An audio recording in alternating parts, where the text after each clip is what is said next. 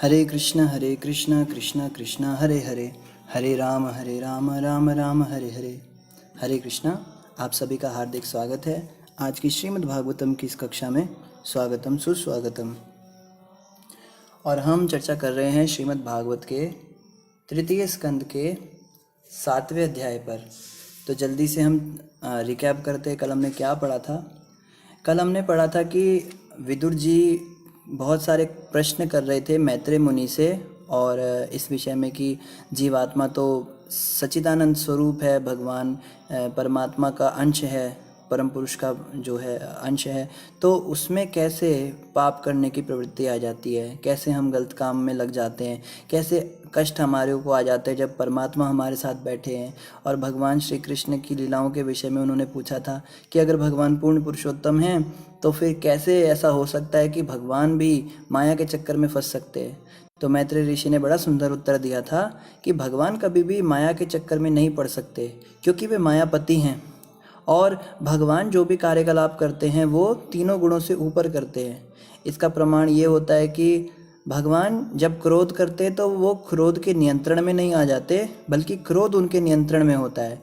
भगवान कब किस पे कितना गुस्सा करना चाहते हैं ये उनके कंट्रोल में होता है।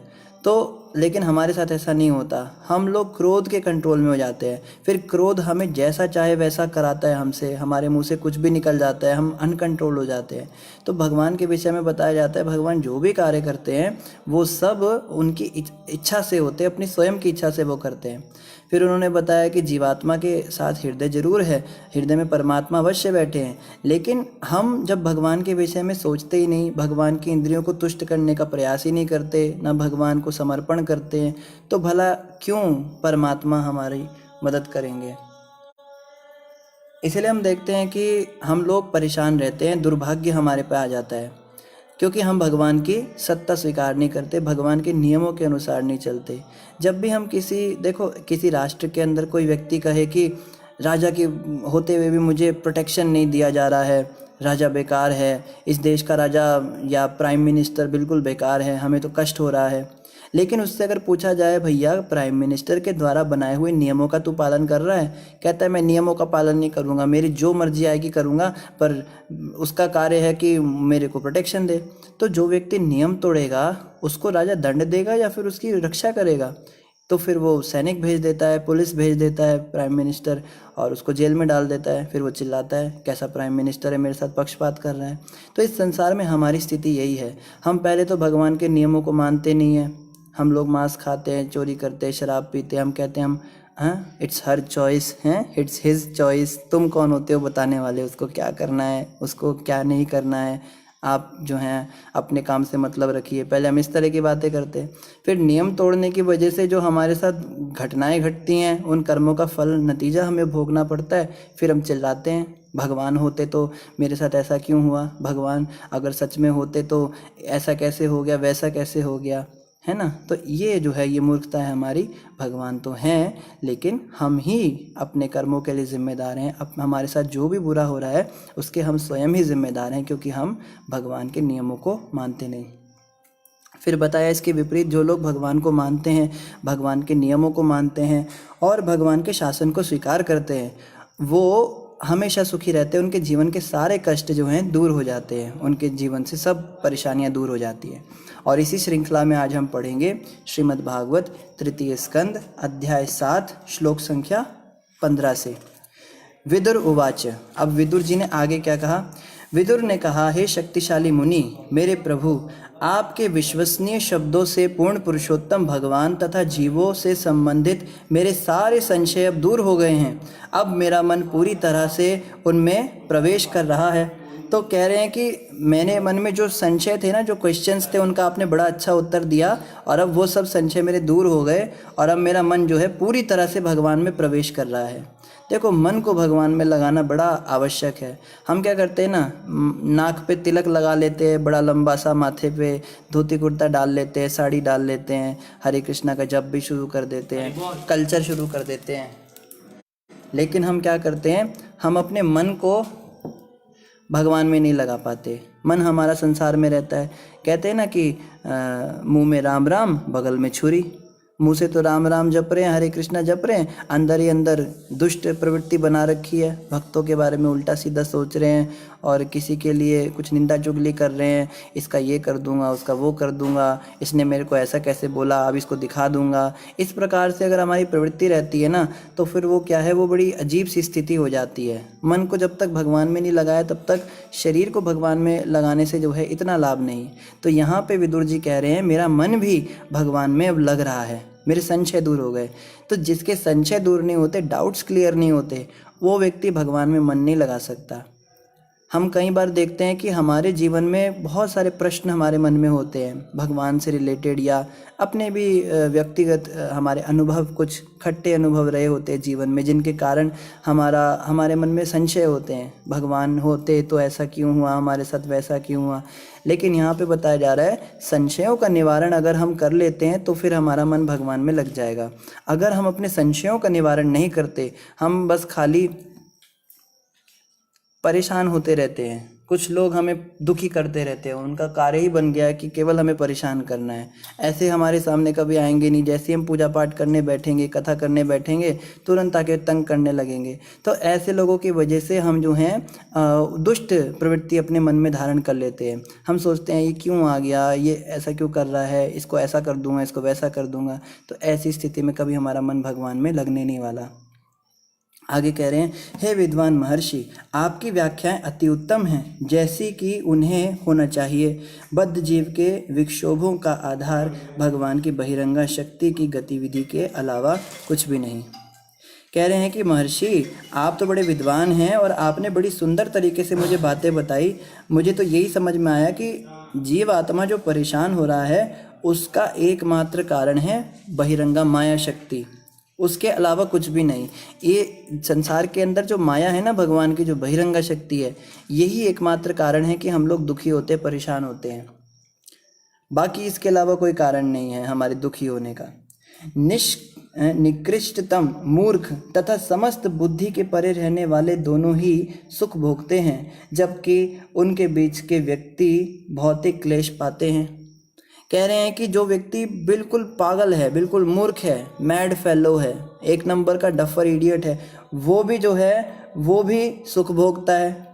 और जो समस्त बुद्धि से परे है, जो साधु है, वो भी सुख भोगता है। एक पागल व्यक्ति में और साधु में ना कोई खास अंतर नहीं होता। अगर आप बाहरी तौर पे देखो, पागल भी वैसा ही दिखता है और साधु भी वैसा ही दिखता है, जो बहुत बड़ा चढ़ा है आध्यात्म में। उसने भी फटे कपड़े पहने, उसने भी फटे कपड़े पहने, वो भी किसी की परवाह नहीं करता, वो भी किसी की परवाह नहीं करता।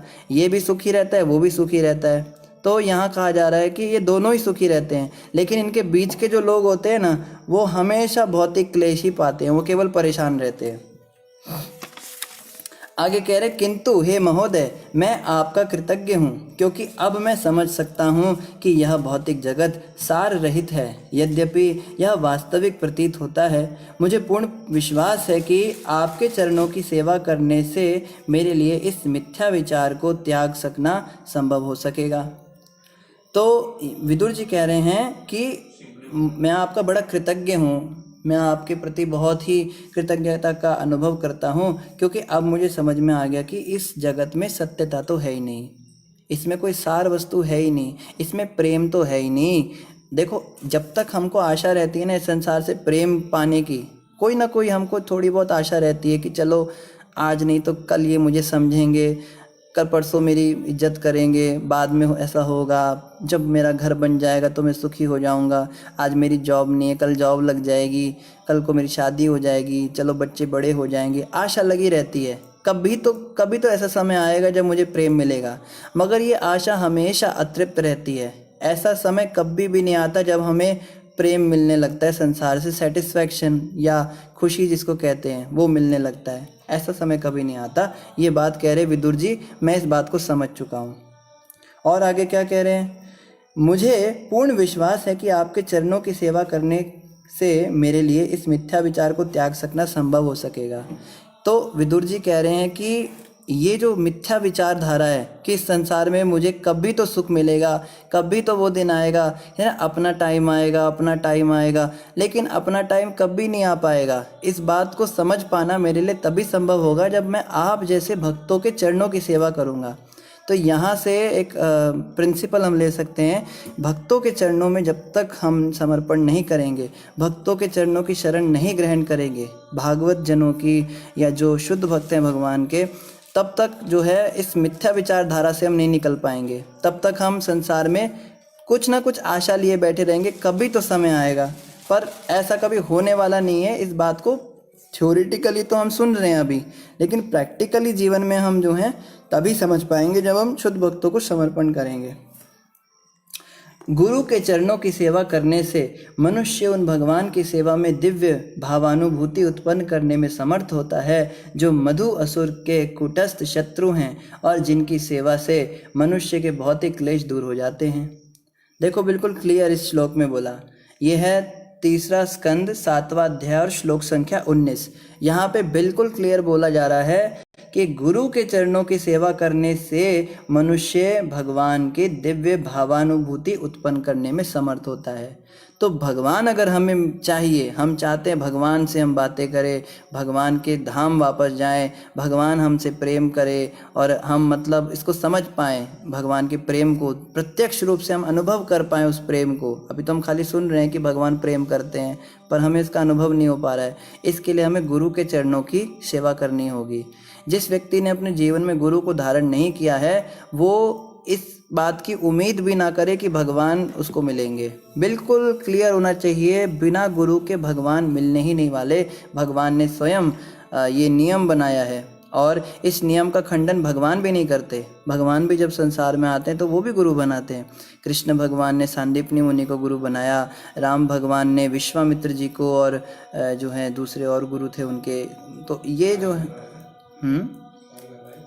जो है इस प्रकार से हम देखते हैं कि भगवान भी स्वयं जब संसार के अंतर आते हैं तो गुरु बनाते हैं। तो इस बात को बिल्कुल, कई लोग ऐसा कहते हैं ना कि हमारा ना विश्वास ही उठ गया, बस सब ठग हैं, सब ढोंगी हैं, बस हम तो सोचते हैं बस सीधा बस भगवान की भक्ति करो, अपने घर में बैठो, मंदिर जाओ, सीधा भगवान से बात करो, हमें मिडल मैन नहीं चाहिए बीच में। ये पता नहीं बीच में कहाँ से धर्म के ठेकेदार आ जाते हैं। इस प्रकार की जो हमारी धारणा हो गई ना, देखो एक आधा व्यक्ति कोई बुरा निकल जाता है तो उसको देख के हम सोचते हैं कि सारे ही वैसे हैं। जैसे कुछ पुलिस वाले होते हैं जो रिश्वतखोरी करते हैं, कुछ ये होते हैं जज होते हैं जो गलत निर्णय लेने वाले होते हैं, या कुछ डीसी ऑफिसर होते हैं, कुछ पॉलिटिशियंस होते हैं जो करप्ट होते हैं। पर इसका ये मतलब थोड़ा ना है कि हम धारणा बनाकर बैठ जाएं कि सारे पुलिस वाले बेकार हैं, सारे डिप्टी कमिश्नर बेकार हैं, सारे डॉक्टर जो हैं बेकार हैं। ऐसा नहीं होता, अच्छे भी होते बुरे भी होते। तो अगर 2-4 जो सो कॉल्ड साधु थे उन्होंने ऐसे कर्म कर दिए, कुछ उनसे गलतियां हो गई, इसका ये मतलब थोड़ा ना है कि सारे ऐसे हो गए। अच्छे संत भी हैं। प्रभुपाद जी को देखो, प्रभुपाद जी का कार्य कितना अभूतपूर्व कार्य है, जो विदेशों के अंदर गए, पाश्चात्य संस्कृति को ख़त्म करा। देखो हमारे भारत के अंदर लोग विदेशी बनने के लिए पागल होते हैं।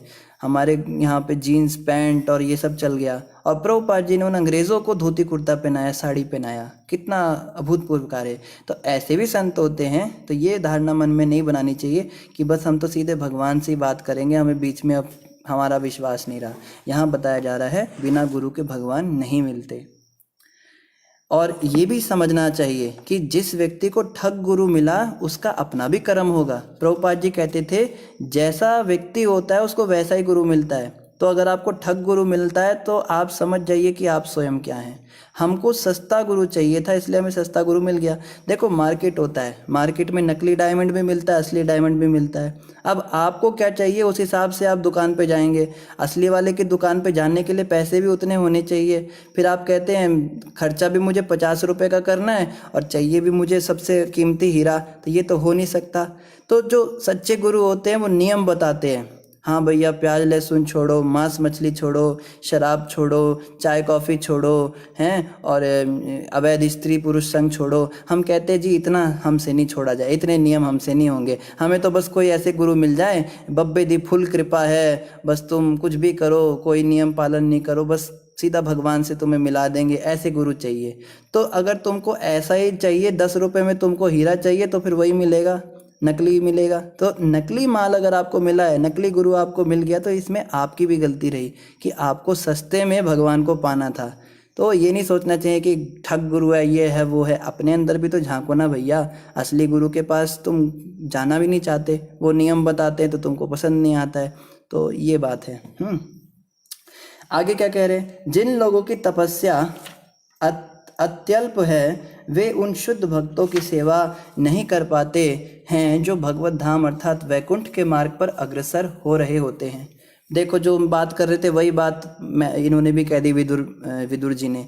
कह रहे हैं जिन लोगों को, जो लोग तपस्या नहीं कर सकते, जो नियमों का पालन नहीं कर पाते, वो कभी भी उन शुद्ध भक्तों की सेवा नहीं कर पाते जो वैकुंठ में हमें ले जा सकते हैं, हमें भगवत धाम ले जा सकते हैं, भगवान से हमें मिला सकते हैं। भगवान से मिलाने वाले समर्थ गुरु आज भी हैं संसार में, बहुत सारे हैं, संत हैं इस संसार में। लेकिन जो लोग तपस्या नहीं करना चाहते, जो लोग नियमों का पालन नहीं करना चाहते, सस्ते में चाहते हैं, वो लोग उनकी सेवा नहीं कर पाते। वो कहते हैं जी ये तो बहुत ज़्यादा स्ट्रिक्ट है, कुछ ज़्यादा ही नियम फियम, ये वो, सुबह 4 बजे उठना, मंगल आरती करना, ये तो पागल बना देंगे हमको। इतना थोड़ा ना होता है। पूजा पाठ का मतलब होता है थोड़ा बहुत पूजा पाठ भी करो, वो भी ज़रूरी है, अपना काम धंधा भी करो, घर गृहस्थी भी संभालो। ये क्या पूरा समर्पण कर दो, सब छोड़ के आ जाओ, इतना कौन करेगा आजकल। भाई तू नहीं कर सकता तो फिर तुम क्यों सोचते हो कि तुमको वैकुंठ जाने को मिल जाएगा। ये भी अपने अंदर से विचारधारा त्याग दो। आगे क्या कह रहे, शुद्ध भक्त 100% उन परम प्रभु की महिमा के गायन में लगे रहते हैं जो देवताओं के स्वामी तथा समस्त जीवों के नियंता हैं। ये शुद्ध भक्त की डेफिनेशन दी। कोई कहे भाई हमें तो मिलते ही नहीं आजकल, आप तो बस बता रहे हो, कहाँ हैं ऐसे संत बताओ। तो यहाँ कहा जा रहा है, आप पता कर सकते हो शुद्ध भक्त की पहचान क्या है। वो 100% 101% केवल भगवान की महिमा के गायन में लगे रहते हैं। वो केवल भगवान श्री कृष्ण के प्रचार में लगे रहते हैं, उनके विषय में लोगों को बताते हैं। कोई भी उनके पास जाता है ना, उनको प्रणाम करता है, गुरु भगवान आप हमारे भगवान हो, तो वो ये नहीं बैठ कहते हैं कि हाँ मैं भगवान हूँ और अब तुम मेरी पूजा करो, मेरा नाम का लॉकेट पहन लो अपने गले में, तुम पे बब्बे की फुल कृपा हो जाएगी। इस तरह की बात नहीं करते। वो ये कहते हैं मैं भी भगवान का सेवक हूँ, तेरे को भी भगवान का सेवक बनाऊँगा। जो धूर्त कहता है मैं भगवान हूँ, प्रभुपाद जी कहते थे he is not God, he is dog. GOD का DOG कर दिया। कुत्ता है वो व्यक्ति जो कहता है मैं भगवान हूँ, हैं श्वान है। शास्त्र कहते हैं भगवान केवल कृष्ण हैं। देवता भी नहीं क्लेम करते कि हम भगवान हैं। देखो सारे देवता कह रहे थे हे प्रभु हम सब आपसे आए हैं, हम सब आपके हैं, हमें आपने बनाया है। अरे इतने बड़े बड़े देवता नहीं कह पा रहे इस बात को कि हम भगवान हैं, और ये कह रहा है ये मलमूत्र का थैला कि मैं भगवान हूँ, भगवान बन के घूम रहा है। एक पता नहीं कौन सी संस्था है, उसमें क्या करते हैं वो, बस गुरुजी का बड़ा सा फोटो उनके हॉल में लगा होगा, मंदिर में भी गुरुजी होंगे, गले में भी लॉकेट गुरुजी का होगा। उनको बोलो मंदिर जाते हो आप, कहते हैं हमें मंदिरों में जाना मना है, हम बस गुरुजी के आश्रम में जाते, वही हमारे भगवान है। बोलो गीता पढ़ते हो, गीता नहीं पढ़ते, हमारे यहाँ ज्ञान गीता होती है। वो ज्ञान गीता क्या है, उसके गुरुजी ने कुछ अकड़म फकड़म लिख रखा है, उसको ही वो लोग मानते हैं। तो ये सब पागलपन चल रहा है, गुरु के नाम पे वही भगवान बन जाते हैं। तो ऐसे जो ठग लोग होते हैं, इनके चक्कर में वही लोग पढ़ पाते हैं जो लोग पर्याप्त तपस्या नहीं कर सकते, जिनको फ्री में भगवान चाहिए होते हैं। और क्या कह रहे हैं, शुद्ध भक्त जो हैं, शुद्ध भक्त हमेशा भगवान के गायन में लगे रहते हैं। शुद्ध भक्त कभी नहीं कहते कि हम भगवान हैं या तुमको भी भगवान बना देंगे। आजकल तो भगवान बनना इतना सस्ता हो गया। एक संस्था और है, महान महान संस्थाओं की कमी नहीं है भारत में। वो क्या कहते हैं, तुमको 1 हफ्ते का हम कोर्स कराएंगे, 20,000 रुपीज़ का कोर्स होगा, 7 दिन में तुम भगवान बन जाओगे। मतलब 7 दिन में तुमको ये अनुभूति हो जाएगी कि तुम भगवान हो। अभी तुम माया के कारण अपने असली स्वरूप को नहीं पहचान पा रहे हो। अभी तुम्हें लगता है कि तुम जो है फंसे हुए बद्ध जीव हो, लेकिन तुम भगवान हो, ये तुमको रियलाइज कराया जाएगा। इस तरह की भी जो है क्लेम चलते हैं। भगवान जाने कैसे उनको भगवान बना देते हैं वो। आगे कह रहे संपूर्ण भौतिक शक्ति अर्थात महत तत्व की सृष्टि कर लेने के बाद तथा इंद्रियों और इंद्रिय विषयों समेत विराट रूप को प्रकट कर लेने पर परमेश्वर उसके भीतर प्रविष्ट हो गए। तो असली भगवान, नकली भगवान तो बहुत हैं संसार में, अभी असली भगवान की बात हो रही है। तो जो असली भगवान हैं उन्होंने क्या किया, सारी सृष्टियां बनाने के बाद में, विराट रूप को प्रकट करने के बाद उन्होंने क्या किया, वो उसके भीतर प्रविष्ट हो गए।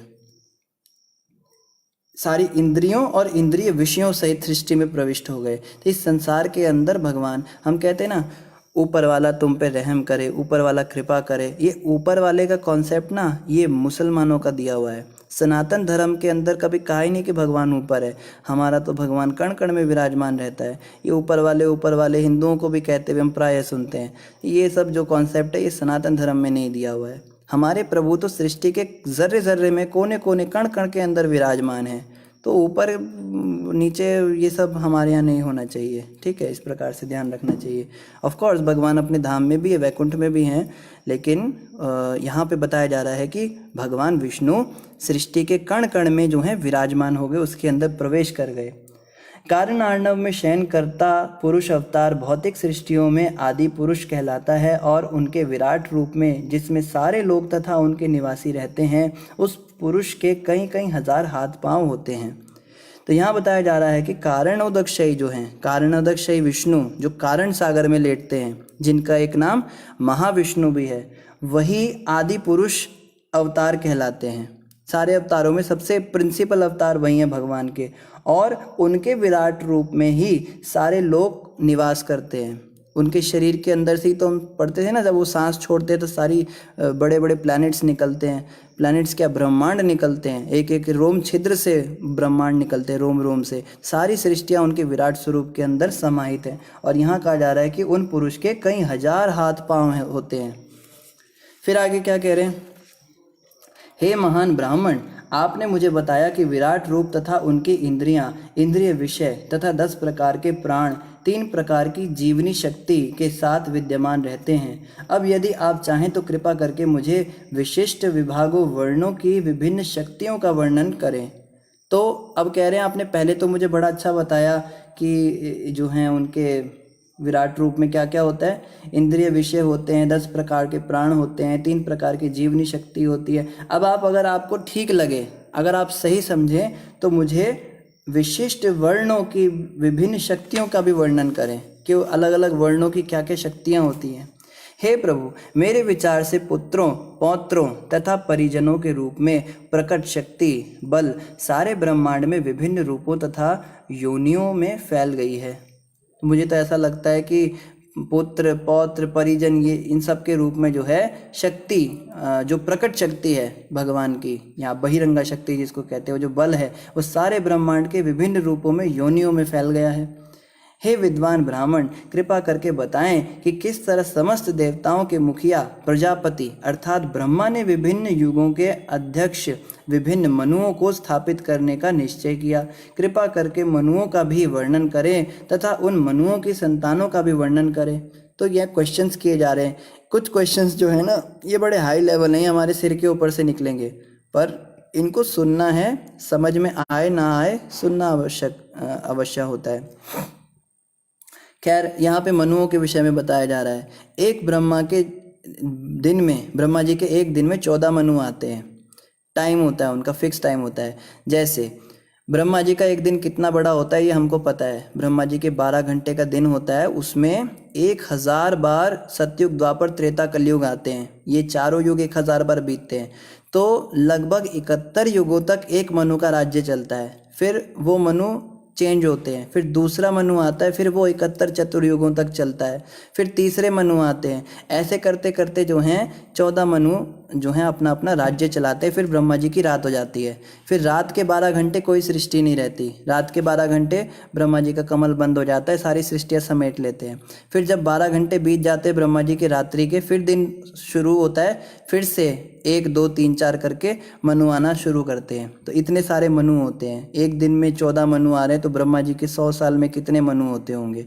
और ऐसे ऐसे जो हैं करोड़ों अरबों ब्रह्मांडों में अलग अलग ब्रह्मा होते हैं। वहाँ पे अलग अलग दिन में अलग अलग मनु होते हैं। तो कितने मनु होते हैं हम क्या अंदाज़ा लगा सकते हैं। तो अभी क्या बताया जाता है, जो अभी समय चल रहा है ना, ये 7वें मनु का समय चल रहा है। इस समय जो अभी हम प्रेजेंट अभी की बात करें 2020 में हम हैं, ये जो है, ये इनका नाम भी बताया। इन मनु का नाम है वैवस्वत मनु। इनसे जो सबसे पहले मनु थे ना ब्रह्मा जी के इस दिन में, जिसकी हम अभी बात कर रहे हैं, जो अभी प्रेजेंट ब्रह्मा है, इनके इस दिन में जो पहले मनु थे उनका नाम था स्वयंभू मनु। ये भी भागवतम में सबका नाम भी बताया हुआ है। फिर जो अभी 7वें मनु है, इनका नाम वैवस्वत मनु है। फिर सावर्णी मनु आएंगे, फिर ब्रह्म सावर्णी, फिर रुद्र सावर्णी, फिर इंद्र सावर्णी, सबके नाम अलग अलग होते हैं। तो अभी जो है 7वें मनु की और 28वीं चतुर्युगी चल रही है, और 28वीं चतुर्युगी के कलयुग चल रहा है, उसमें भी लगभग 5500 कुछ साल जो है बीत चुके हैं। ये एग्जैक्ट डेट बताई जाती है सनातन धर्म के अनुसार।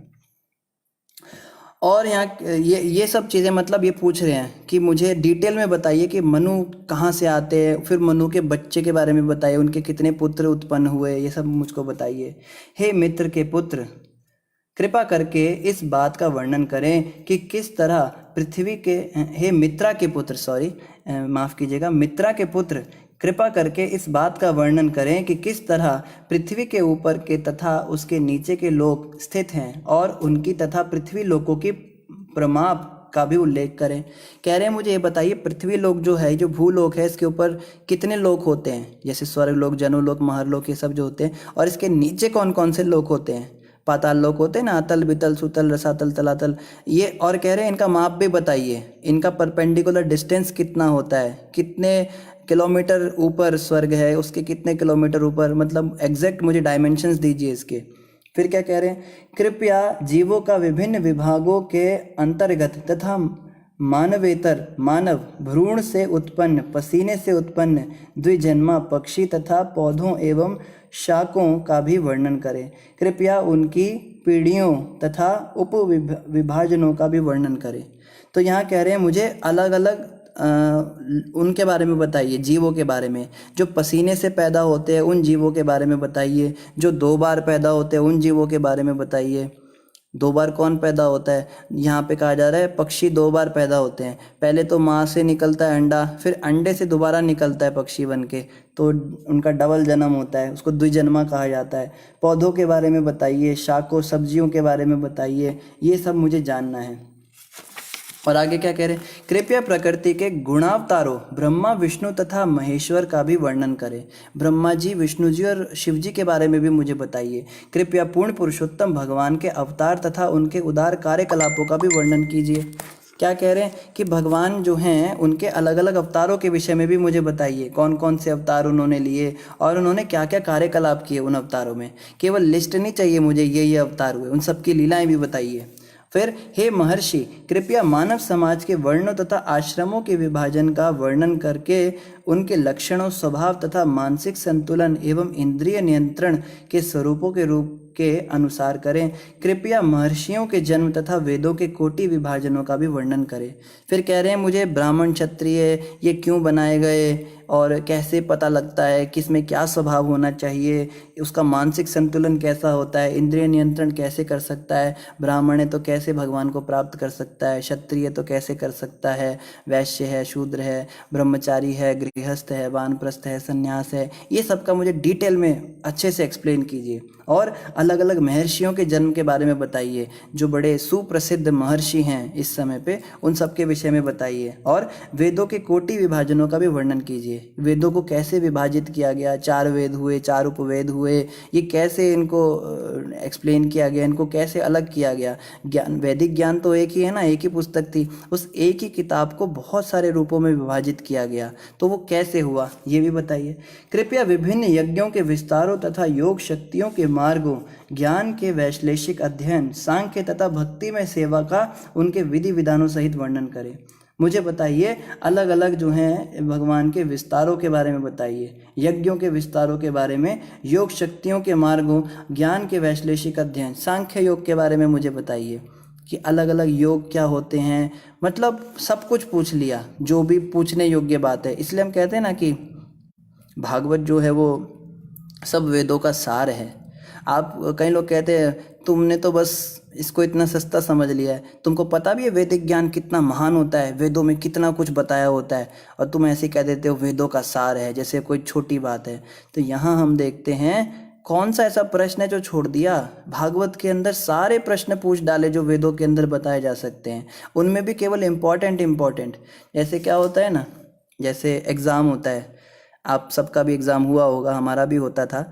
तो एग्ज़ाम समय पे क्या होता है कि हमारे को जैसे 2-3 दिन बाद हमारा पेपर है, तो इस समय हमारे पास पूरी मोटी किताब है, हम उस पूरी किताब को नहीं पढ़ सकते। उस समय हम क्या करते हैं, हम सेलेक्टिव स्टडी करते हैं। जो जो इम्पॉर्टेंट टॉपिक्स है उनको पढ़ते हैं खाली। वो हम पता करते हैं अपने सीनियर्स से, जिन्होंने एग्ज़ाम्स बहुत सालों से दिए हैं। जो टीचर्स होते हैं उनसे पूछते हैं, सर या मैडम आप हमें बताइए कि इम्पॉर्टेंट टॉपिक्स क्या हैं जो आते हैं एग्ज़ाम के अंदर। फिर वो बताते हैं हाँ ये चीज़ें करो, ये ज़रूर आएंगी, और ये चीज़ें भी कर लेना, ये भी आ सकती हैं। फिर हम क्या करते हैं, उन इम्पॉर्टेंट चीज़ों को पढ़ने में समय लगाते हैं। देखो, पढ़ तो हम पूरी किताब भी सकते हैं, लेकिन हमें भी पता है कि पूरी किताब 3 दिन में तो कंप्लीट होगी नहीं। तो शुरू से जितनी हो सकती है उतनी कर सकते हैं। उसमें क्या समस्या है कि जो बाकी किताब है वो तो रह ही जाएगी ना, एग्ज़ाम में तो फेल होना पक्का है। लेकिन अगर हम इम्पॉर्टेंट टॉपिक्स को निकाल के पढ़ते हैं तो कोई कहेगा ये तो चीटिंग है। ईमानदारी तो इसमें ही है कि पूरी किताब पढ़ी जाए, लेकिन भैया अब समय नहीं है हमारे पास, तो हम क्या करें? तो सिलेक्टिव स्टडी करना ही एकमात्र रास्ता होता है। कलयुग के अंदर हमारी जीवों की जो उम्र है वैसी बड़ी कम है। 70 साल 80 मैक्सिमम जाते हैं। शुरू के 20 साल सोने में गवा देते हैं, आखिरी के 20 साल खांस के मरेंगे। जो बीच के 40-50 साल होते हैं उसमें भी आधा समय सोने में निकल जाता है। 10-15 साल की उम्र बचती है, उसमें भी दुनिया भर के काम होते हैं। स्कूल जाना है, पढ़ाई करना है, पैसे कमाने हैं, ऑफिस जाना है, बच्चे पैदा करने हैं, उनको संभालना है, उनको बड़ा करना है। दुनिया भर की जिम्मेदारियाँ होती हैं, सामाजिक जिम्मेदारी होती है, पारिवारिक जिम्मेदारी होती है, अपने को भी समय देना पड़ता है, शरीर को समय देना पड़ता है। तो व्यक्ति के पास इतना समय नहीं है, ठीक है। और वेदों को हम पढ़ें, वेद मतलब बहुत बड़ा ज्ञान का भंडार। उस सब को पढ़ना केवल पढ़ने से थोड़ा ना होगा। आप कहो कि वेद तो 4 किताबें हैं, उसको पढ़ के ख़त्म कर देंगे। अरे एक एक मंत्र, एक एक श्लोक को समझने में कई कई साल लग जाते हैं। वेद इतने घुमावदार बातें करने वाले होते हैं। तो हम क्या करते हैं, श्रीमद् भागवत पढ़ते हैं। श्रीमद् भागवत के अंदर वेद व्यास जी ने सेलेक्टिव चीज़ें डाल दी। वेद व्यास जी ने तो लिखे ना, 4 वेद किसने लिखे हैं? सारे वेद व्यास जी ने लिखे हैं। सारे जितना भी वैदिक लिटरेचर है सब वेद व्यास जी का लिखा हुआ है। और उन्हीं वेद व्यास जी ने जो इम्पोर्टेंट श्लोक थे, जो इम्पोर्टेंट टॉपिक्स थे, वो सब कंपाइल कर दिए और भागवत नाम का एक किताब बना दिया। हाँ भाई, इसको पढ़ लो और पास हो जाओ, इसको पढ़ के भगवत प्राप्ति कर लो, इसको पढ़ के भगवान के पास चले जाओ, मुक्त हो जाओ। तो हमारे पास 2 ऑप्शन है, या तो हम वेदों को खंगालने बैठें, और हमको भी पता है वो पूरे के पूरे पढ़ने के लिए 10,000 साल का समय चाहिए। अब पहले तो कोई 10,000 साल तक जीने वाला नहीं है, उस पर भी उसको समझ में आना है, इसलिए भागवत पढ़ना चाहिए। भागवत पढ़ने वाले व्यक्ति जो हैं ये अधिक बुद्धिमान माने जाते हैं, क्योंकि सेलेक्टिव स्टडी करते हैं, ठीक है। आगे क्या कह रहे हैं, कृपया श्रद्धा विहीन नास्तिकों की अपूर्णताओं तथा विरोधों का वर्ण, शंकरों की स्थिति तथा विभिन्न जीवों के प्राकृतिक गुणों तथा कर्म के अनुसार विभिन्न जीव योनियों की गतिविधियों का भी वर्णन करें। आप धर्म, आर्थिक विकास, इंद्रिय तृप्ति तथा मोक्ष के परस्पर विरोधी कारणों का और उसी के साथ जीविका के विभिन्न साधनों, विधि की विभिन्न विधियों तथा शास्त्रों में उल्लेखित व्यवसाय का भी वर्णन करें। प्रोफेशनल स्टडीज़ भी अगर कोई करना चाहता है तो भागवत में वो भी है। कौन कौन से प्रोफेशंस होते हैं जो हम ले सकते हैं वैदिक तरीके से, और कौन कौन से प्रोफेशंस किस तरह के साइकोफिजिकल नेचर वाले व्यक्ति को करने चाहिए, ये सब कुछ भागवत में दिया हुआ है। और आर्थिक विकास करने का अगर कोई व्यक्ति इच्छुक है, खूब पैसे बनाने हैं, और वो साथ में चाहता है कि मुझे भक्ति भी मेरी चलती रहे, तो उसके लिए कौन सा व्यवसाय ठीक रहेगा, ये भी इसमें बताया जाएगा आगे। कृपा करके पूर्वजों के श्राद्ध के विधि विधानों, पितृलोक की सृष्टि, ग्रहों, नक्षत्रों तथा तारकों के काल विधान तथा उनकी अपनी अपनी स्थितियों के विषय में भी बतलाएं। कह रहे हैं कि अलग अलग जो तारे हैं, अलग अलग जो ग्रह मंडल होते हैं, जो प्लैनेट्स होते हैं, उन सब की प्लानिटरी पोजीशन बताइए, उसकी एस्ट्रल मूवमेंट के बारे में बताइए, उनकी ऑर्बिटल स्पीड के बारे में बताइए, उनमें आपस में कितनी दूरी होती है। मतलब एस्ट्रोलॉजी भी इसमें कवर होगी और एस्ट्रोनॉमी भी कवर होगी भागवत के अंदर। कृपया दान तथा तपस्या का एवं जलाशय खुदवाने के समान फलों का भी वर्णन करें। फिर आगे कह रहे हैं कि अलग अलग दान देने का क्या विधान है, किसको दान देना है, कैसे देना है, उसका क्या फल होता है, तपस्या किस तरह की करनी होती हैं, कौन कौन सी तपस्याएं होती हैं। आपको पता है तपस्याएं भी 3 गुणों में होती हैं। एक सतोगुणी तपस्या होती है, एक रजोगुणी तपस्या होती है, और एक तमोगुणी तपस्या होती है। इनका भी वर्णन किया जाएगा कि किस प्रकार के तपस्या करने से हमें क्या लाभ होता है और क्या हानियाँ भी होती हैं कई बार।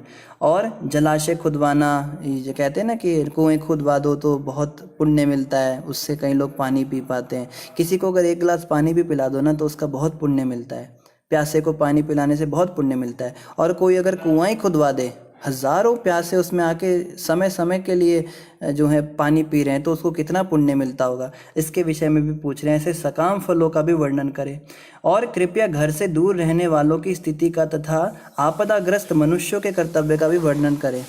जो आपदा में फंसे हुए लोग हैं उनके लिए क्या क्या नियम इम्पॉर्टेंट हैं। जैसे अभी हम लॉकडाउन में फंसे हुए हैं अपने घरों के अंदर, या कभी हम किसी इमरजेंसी सिचुएशन में फंस जाते हैं, कहीं भूकंप आ गया या कहीं बाढ़ आ गई, वहाँ हम फंसे हैं, तो वहाँ पे क्या करना सही है। कई लोग कहते हैं ना कि जब हम बाढ़ में फंसे हैं तो केवल मछलियाँ ही दिखती हैं उसके सामने, तो अब क्या करें, मछलियाँ ही खाएंगे, फिर अन्न तो आएगा नहीं वहाँ, अनाज तो उसको खाने से पाप लगता है या नहीं लगता है। ये सारे क्वेश्चंस यहाँ पे लिए जाएंगे, सब टॉपिक्स डिस्कस किए जाएंगे।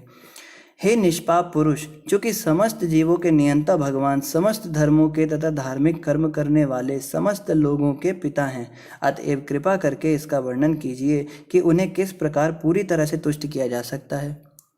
तो ये कह रहे हैं भगवान तो पूर्ण पुरुषोत्तम है, भगवान ही हम सबको सब कुछ देने वाले हैं, तो उनको हम कैसे खुश कर सकते हैं, भगवान किस चीज़ से खुश होते हैं, ये भी मुझे बताइए कि भगवान की खुशी किस में होगी।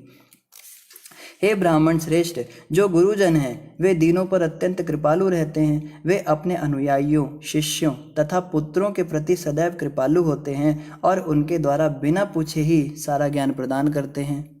कृपया इसका वर्णन करें कि भौतिक प्रकृति के तत्वों का कितनी बार प्रलय होता है और इन प्रलयों के बाद जब भगवान सोए रहते हैं उनकी सेवा करने के लिए कौन जीवित रहता है। तो भगवान जब प्रलय कर देते हैं तो सब मर जाते हैं, या कहना चाहिए कि सबके शरीर छूट जाते हैं, आत्माएं सब भगवान में विलीन हो जाती हैं। वो आत्माएं परमानेंट विलीन नहीं होती, बाद में दोबारा से प्रकट हो जाती है। तो यहाँ बताया जा रहा है कि जब सब खत्म हो जाते हैं तो भगवान की सेवा करने के लिए कौन बचता है। जीवों तथा पूर्ण पुरुषोत्तम भगवान के विषय में क्या क्या सच्चाइयाँ हैं, उनके स्वरूप क्या क्या हैं, वेदों में ज्ञान के क्या विशिष्ट मूल्य हैं और गुरु तथा उसके शिष्यों की अनिवार्यताएं क्या हैं। गुरु की क्या अनिवार्यता है कि मतलब क्या क्या ऐसी बातें जो अपने शिष्य के प्रति, और शिष्य की क्या क्या बातें हैं जो उसको अपने गुरु के प्रति मैंडेटरी हैं, उसको करना ही करना है, कंपलसरी है, नहीं करेगा तो शिष्य नहीं कहलाएगा। ये भी कर्तव्य मुझे बताइए। और भगवान के निष्कलुष भक्तों ने ऐसे ज्ञान के स्रोत का उल्लेख किया है। ऐसे भक्तों की सहायता के बिना कोई व्यक्ति भला किस तरह भक्ति तथा वैराग्य के ज्ञान को पा सकता है। तो भगवान के जितने भी भक्त हैं उन्होंने इस स्रोत का उल्लेख किया है। और भक्तों की सहायता के बिना कोई भी भगवान की भक्ति तथा वैराग्य का ज्ञान कैसे पा सकता है, जब तक हम भक्तों के संग में नहीं, किसी भक्त ने हम पे कृपा नहीं करी। अभी जैसे हम भी आज भागवत सुन रहे हैं, आज हम बड़ी बड़ी बातें कर रहे हैं, हम जप कर रहे हैं, कोई 64 माला कर रहा है, कोई 32 माला कर रहा है, कोई एकादशी निर्जला कर रहा है, बड़ी बड़ी बातें। हम अहंकार करते हैं, हम तो बहुत भक्त हो गए, हम तो इतनी विधि नियमों का पालन कर पा रहे हैं, बोलते नहीं हैं पर अंदर ही अंदर हमें रहता है, हम तो बड़े महान हो गए हैं देखो। तो यहाँ बताया जा रहा है कोई तो भक्त था ना जो हमारे पास आया था, उसने हमें बताया था हाँ भाई भक्ति करो या मंदिर आओ, या किसी भी माध्यम से। जैसे बाय डिफ़ॉल्ट प्रभुपाद जी हमारे पास आए थे। प्रभुपाद जी ने अगर इस्कॉन ना बनाया होता, ये कृष्ण भावनामृत संघ ना बनाया होता, हम आज यहाँ थोड़ा ना होते। ये तो मंदिर प्रभुपाद जी ने बनाए, फिर वहाँ से कोई जुड़ा भक्त, कोई आत्मा जोड़ी प्रभुपाद जी ने, वो आत्मा हमारे पास आई, उसने फिर आके हमें बताया, फिर हम भी आगे लोगों को बता ही रहे हैं। तो यहाँ कहा जा रहा है बिना भक्त की कृपा के हम भक्ति में नहीं आ सकते थे और आगे भी भक्ति में बढ़ नहीं सकते और ज्ञान तथा वैराग्य को भी नहीं पा सकते। हमें ज्ञान जो हो रहा है वो भक्तों की कृपा से ही होता है ना, कोई भक्त हमको आके बताता है ये सब बातें। और वैराग्य भी हमारे जीवन में भक्तों की कृपा से आता है। कोई भक्त हमको वैराग्य की शिक्षा देता है, उसके बारे में बताता है कैसे हम संसार से विरक्त हों, हम तो आसक्त बने बैठे हैं। तो यहाँ पे कहा जा रहा है बिना भक्तों की कृपा के ये कार्य नहीं हो सकते। इसलिए भक्तों की बहुत महिमा है। भक्तों के प्रति कभी अपराध नहीं करना चाहिए, भक्तों से कभी दूर दूर नहीं रहना चाहिए। भक्त संग जहाँ मिल जाए उसको प्राथमिकता देनी चाहिए। अगर हमारे पास दो ऑप्शन होते हैं, एक तरफ तो परिवार के लोग हैं, एक तरफ भक्तों का संग है। तो हमेशा परिवार के प्रोग्राम्स छोड़ देने चाहिए, भक्तों के साथ जाना चाहिए, हमेशा इसको ही प्राथमिकता देनी चाहिए। हम लोग क्या करते हैं ना, हमारे अपने हम बच्चों को समझते हैं। हमारे पास कोई डिवोटी आता है, कोई भक्त आता है, प्रभु जी बहुत दिक्कत हो रही है, या माता जी मैं बहुत परेशानी में हूँ, क्या हो गया, मुझे ना 10,000 रुपये चाहिए अभी इमीडिएटली किसी काम से, मेरी माँ का स्वास्थ्य बड़ा ख़राब है। तो हम कह देते हैं सॉरी हमारे पास तो इतने पैसे नहीं हैं, हम कहाँ से लाएंगे, आप जानते ही हो अभी हमारा स्थिति ठीक नहीं है, लॉकडाउन चल रहा है, ऐसे बोल देंगे। और हमारा बच्चा जो शरीर से संबंधित है, भक्ति से उसका कोई मतलब नहीं, दूर दूर तक सारे उल्टे काम करता है, वो कहता है पापा मुझे 50,000 का फ़ोन चाहिए। बेटा 50,000 का क्यों, 60,000 का खरीद, तू तेरे लिए ही तो मैं सारा पैसा कमा रहा हूँ। ये पत्नी कहती है मुझे वहाँ पैसे इन्वेस्ट करने हैं। तो मतलब कहने का, हम भक्तों को प्रेफरेंस ना देकर परिवार के लोगों को प्रेफरेंस देते हैं, और यही लोग हमें नर्क में ले जाएंगे। और जब शरीर छूटता है ना हमारा, तो ये परिवार के लोग काम नहीं आते। बेटा तो मुंह में आग डालता है, पत्नी कहती है इनको ले जाओ जल्दी जला दो जाके। लेकिन भक्त लोग क्या करते हैं, भक्त लोग हरिनाम करेंगे, संकीर्तन करेंगे घर में आकर, जब हम बीमार होंगे उनको पता लगेगा भाई शरीर छूटने वाला है, भक्त लोग आके हमें भगवत प्राप्ति कराने के लिए सोचेंगे, कोई चरणामृत हमारे मुंह में डालेगा, कोई तुलसी पत्र सुंघाएगा हमको। ये हमारी बुद्धि है, देखो इतने हम पागल हो चुके हैं, भक्तों को प्रेफरेंस ना देके और शरीर के जो संबंधित लोग हैं उनको प्रेफरेंस देते हैं। आगे क्या कहा जा रहा है, हे मुनि मैंने आपके समक्ष इन सारे प्रश्नों को अर्थात पूर्ण पुरुषोत्तम भगवान हरि की लीलाओं को जानने के उद्देश्य से ही रखा है। आप सबों के मित्र हैं, अतएव कृपा करके उन सबों के लाभार्थ जिनकी दृष्टि नष्ट हो चुकी है उनका वर्णन करें।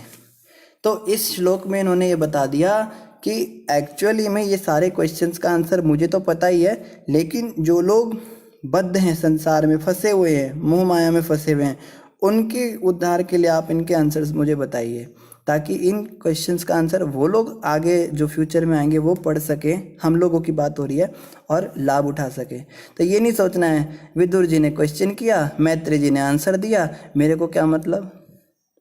एक था ना वो, एक बार क्या हुआ, एक मुल्ला था, वो मुल्ला गधे के ऊपर बैठता था, वो गधे के ऊपर चलता था, उसका बड़ा नाम था मुल्ला, बड़ा मतलब वैसा था, फ़कीर टाइप का था, वो किसी की परवाह नहीं करता था। तो वो फ़कीर चंद मुल्ला जो है एक दिन जा रहा था, तो एक आदमी उसको बुलाता है कि आइए आइए मौलाना जी, आइए आइए हमारे घर में आइए। वो कहता है कि तेरे घर में क्या करने आऊँ। कहते हैं आप आइए, आपकी सेवा करनी है। कहते काम क्या है ये बता। वो समझ गया बिना काम के तो कोई पूछता नहीं। कहते कोई काम नहीं, आप आइए तो सही, आपकी सेवा करनी है। उसको बुलाया, अपने घर में बिठाया और काजू बादाम खूब सारे रख दिए उसके आगे। कहता आप खाइए, आपकी सेवा में। कहता है तू पक्का तेरे को कुछ समस्या है, तू बता क्या बात है। कहते कोई बात नहीं, आप खाइए। उसको काजू बादाम खिला दिए, गधे को भी काजू बादाम खिला दिए। अभी गधा तो बेचारा सूखी घास भी नहीं खा पाता था, आज काजू बादाम खा रहा है। तो फिर वो जब जाने लगे, कहते धन्यवाद तूने अच्छे काजू बादाम खिलाए, मैं चलता हूँ। कहते जाते जाते कृपा कर जाओ हम पे, मेरी पत्नी जो है ना उसको बच्चा नहीं हो रहा है, मतलब उसको पीड़ा हो रही है, अभी उसका प्रसव पीड़ा चल रही है, लेबर पेन उसको हो रहा है, बट बच्चा पैदा नहीं हो पा रहा है, समस्या हो रही है, कृपा कर जाओ। तो वो जो मुल्ला था वो कहता है इतनी सी बात बस। वो कागज़ पे कुछ लिख के जाता है और कहता है ये जो कागज़ की पुड़िया है ये अपने पास रखना। तो उसने कहा ठीक है, वो उसने रख ली वो पुड़िया। वो मुल्ला जो है वो अपने गधे पे बैठ के चला गया। अब पत्नी को बच्चा पैदा हो गया, तो ये आदमी बड़ा खुश हुआ कि देखते मुल्ला ने क्या लिखा था।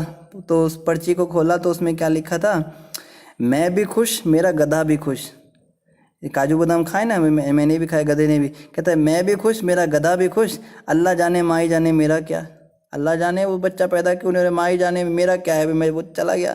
तो ये होता है यहाँ पे बताया जा रहा है ना कि भैया मेरा क्या, जो अल्लाह है वो जाने, माई जाने। इस प्रकार से जो है हमको तो पता है, तो बद्ध जीव हम लोग पड़े फंसे हुए संसार के अंदर, हमारे उद्धार के लिए जो हमें ये बातें बताई जाती है। हम कहते हैं ना मैत्री जी जाने और विदुर जी जाने, हमें क्या मतलब, इन दोनों के बीच में बात हुई, ऐसा नहीं है। ये बातें हमारे कल्याण के लिए हुई।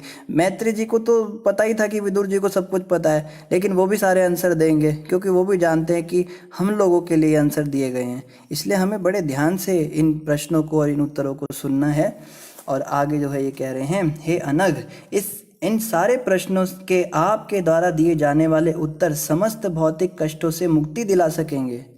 तो इनके जो उत्तर दिए जाएंगे ना अब इन प्रश्नों के, वो सब मुक्ति दिलाने वाले होंगे, और यही भागवत कथा की पृष्ठभूमि है। इन्हीं प्रश्नों के उत्तर स्वरूप श्रीमद् भागवत कथा सुनाई जाएगी। ऐसा दान समस्त वैदिक दानों, यज्ञों, तपस्याओं इत्यादि से बढ़कर है। जो व्यक्ति ऐसा ज्ञान देता है ना भगवान के विषय में, और भागवत की कथा जिसको कोई सुना देता है या निमित्त बनता है किसी के जीवन में परिवर्तन लाने में, उसको भागवत का ज्ञान कराने में, तो कहते हैं वो सारे वैदिक दानों, यज्ञों और तपस्याओं से भी बढ़कर है। और आगे कह रहे हैं, श्री शुक उवाच, श्री सुखदेव गोस्वामी ने कहा, इस तरह वे मुनियों में प्रधान जो भगवान विषयक कथाओं का वर्णन करने के लिए सदैव उत्साहित रहते थे, विदुर द्वारा इस तरह प्रेरित किए जाने पर पुराणों की विवरणात्मक व्याख्या का बखान करने लगे। वे भगवान के दिव्य कार्यकलापों के विषय में बोलने के लिए अत्यधिक उत्साहित थे। तो कह रहे हैं कि ऐसा नहीं था कि मैत्रेय ऋषि सिर पकड़कर बैठ गए, हे भगवान इतने सारे क्वेश्चन तूने कर दिए, अभी क्या बताऊं क्या ना बताऊं, इतना कहाँ मेरे से होगा। मैत्रेय ऋषि बड़े उत्सुक हो गए। मैत्रेय ऋषि कहते हैं आज तो मज़ा आ गया, इतने अच्छे अच्छे तूने क्वेश्चन किया, अब मुझे भगवान के विषय में बताने का मौका मिलेगा।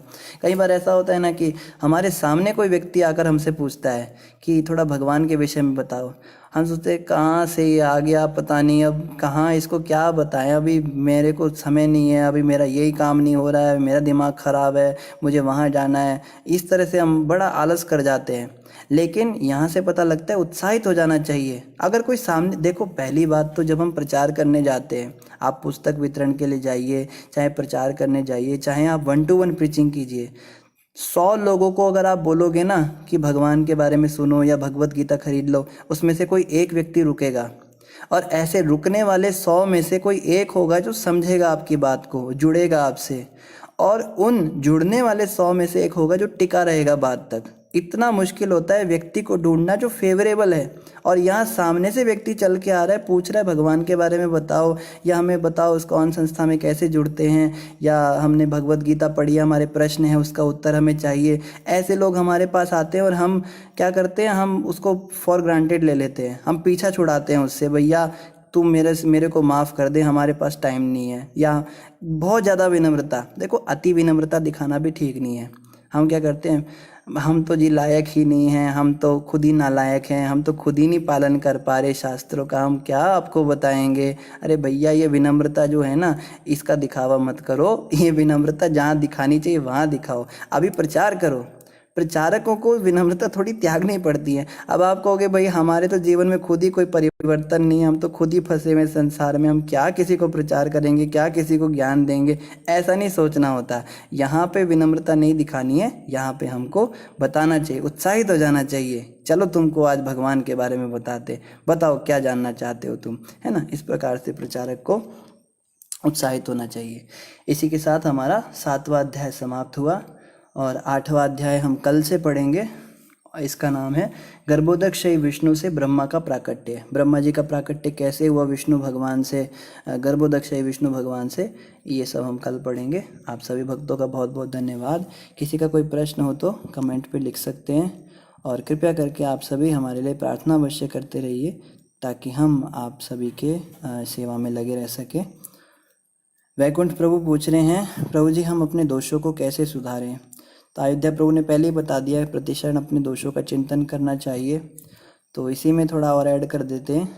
देखो अपने दोषों को सुधारने के लिए हमें बहुत ज़्यादा मतलब उस पर बहुत ज़्यादा नहीं फोकस करना चाहिए। हमारा मेन फोकस होना चाहिए कि हम भक्ति में कैसे आगे बढ़ें।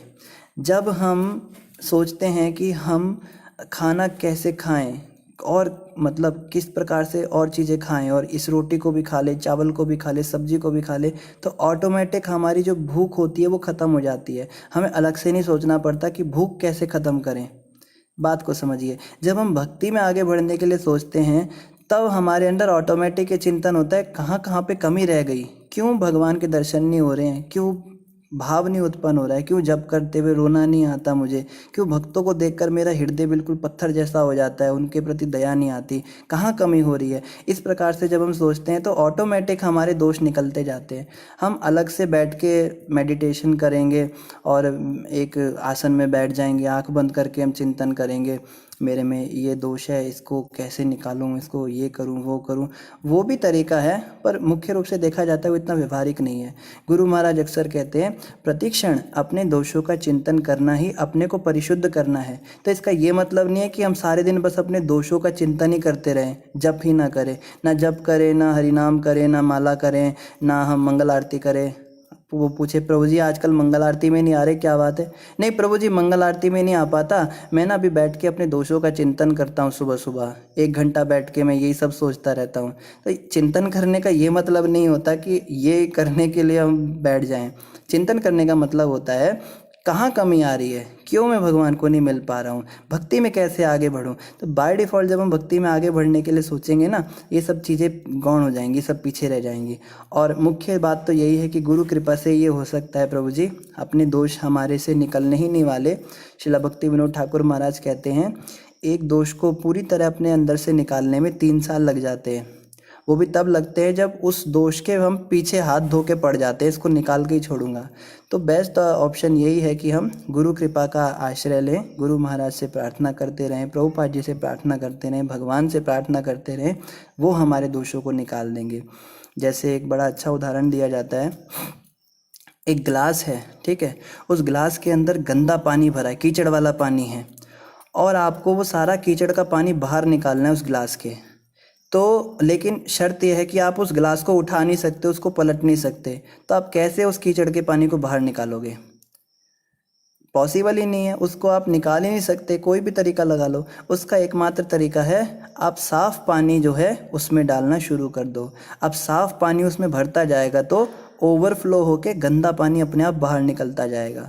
फिर क्या होगा, धीरे धीरे धीरे धीरे पानी धीरे धीरे साफ़ होने लगेगा, जैसे जैसे बाहर निकलेगी गंदगी। करते करते करते करते एक दिन क्या होगा, पानी बिल्कुल क्रिस्टल क्लियर हो जाएगा, एकदम साफ़ हो जाएगा।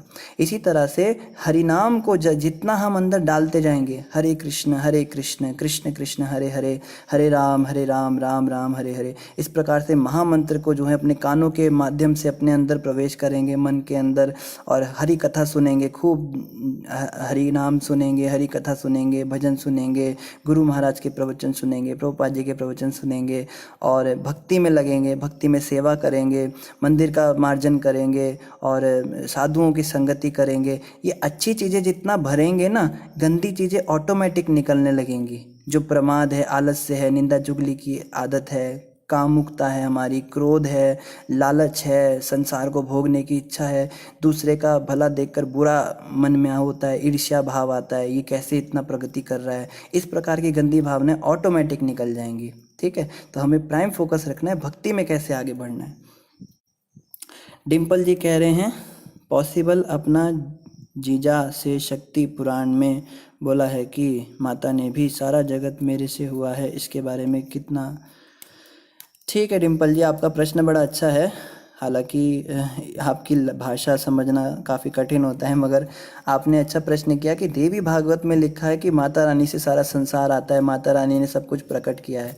तो देखो, माता जो है ना, माता ने ही प्रकट किया है। भागवत में भी तो यही बताया ना कि भगवान विष्णु ने काली माता सहित सारे सृष्टि के कण कण में प्रवेश किया और अपनी बहिरंगा माया शक्ति के द्वारा सारी सृष्टि की। तो एक्चुअली में माता रानी ही तो बहिरंगा शक्ति माया है, महामाया उनको ही तो कहते हैं, उनका ही एक नाम वैष्णवी भी है। तो देखा जाए तो एक प्रकार से माता ने ही सृष्टि करी है, लेकिन पिता की सहायता से की है। पिता ने पहले माता को गर्भवती किया, फिर माता ने हमें जन्म दिया। कोई व्यक्ति कहे भैया मैं तो मम्मी का बेटा हूँ, बचपन में बच्चे बोलते हैं ना, मैं तो मम्मी का बेटा हूँ, पापा का बेटा नहीं हूँ। कोई पापा का गुस्सा हो जाता है, तो गलत थोड़ा ना बोल रहा है, मम्मी का ही बेटा है, मम्मी ने तो पैदा किया है, बाप ने थोड़ा ना पैदा किया उसको, शरीर से तो माँ के ही निकला है। लेकिन वास्तव में जो बड़े लोग हैं वो जानते हैं कि पिता के बिना माता भी उसको पैदा नहीं कर सकती थी। तो एक्चुअल कारण जो है वो बीजदाता तो पिता ही हैं, फिर माता के गर्भ से वो बाहर निकला। इसी प्रकार से भगवान विष्णु जो हैं, उन्होंने प्रकृति या माया को पहले जो है उसको बीज दिया, उसको गर्भवती किया, तब उन्होंने सारी सृष्टि करी। इस तरह से इस बात को समझना है। तो आप सभी भक्तों का बहुत बहुत धन्यवाद। हरे कृष्णा। शिला प्रभुपाद की जय। ग्रंथराज श्रीमद् भागवत महापुराण की जय। गौर भक्त वृंद की जय। आप सभी कृपया करके गुरु महाराज के प्रवचन अवश्य सुनते रहें। फेसबुक पर अभी प्रभु जी अयोध्या प्रभु आपको लिंक डाल देंगे यहाँ पर। महाराज जी के प्रवचन रोज़ सुबह आते हैं, उसमें बहुत अच्छी अच्छी बातें वो बताते हैं। और साथ ही साथ में आप में से जो भक्त ग्रुप में नहीं जुड़े हैं, ग्रुप का भी लिंक यहाँ पे शेयर हो जाएगा, ग्रुप में भी आप जुड़ सकते हैं। हरे कृष्णा।